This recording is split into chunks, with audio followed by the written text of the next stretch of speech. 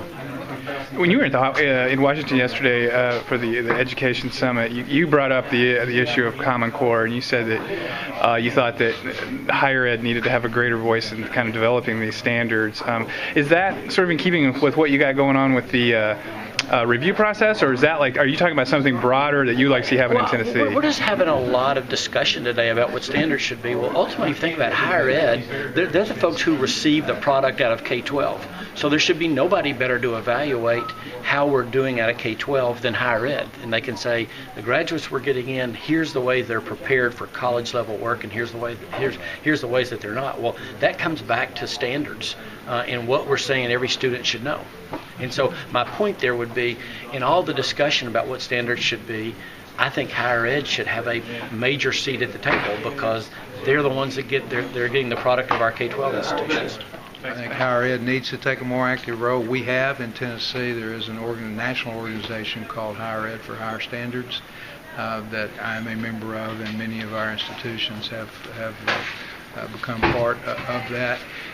When we think about how to move the needle in terms of college attainment or education attainment in Tennessee, there's probably no other one thing that we could do that would make a bigger difference than to have students ready to go to college when they come to college.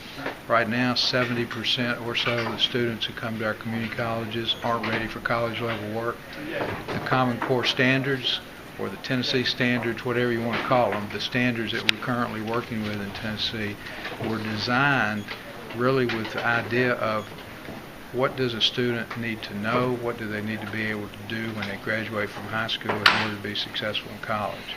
And then the standards were developed backing down from that. Here's where they need to be when they come to college, so where do they need to be all along the way as they start school.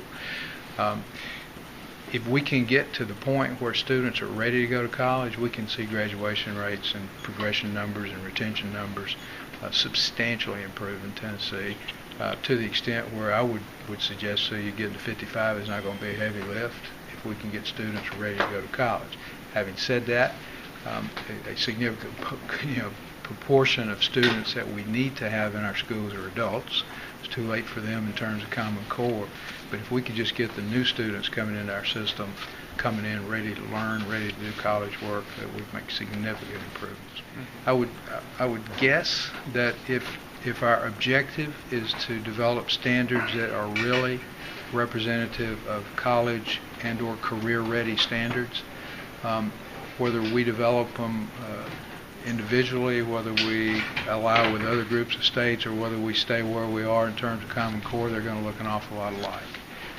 Because those are college-ready standards. That is really what drove those standards.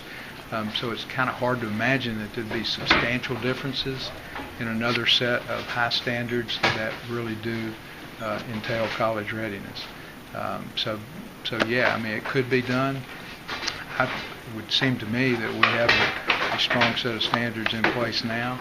I think the governor's process is a good process to let them be looked at, let people think about it, touch them, feel them, make some suggestions to the extent they need tweaking, and I'm confident that the Board of Education can take that input, make the appropriate changes, but the substance of the standards, I think, will be the same. All right, thank you.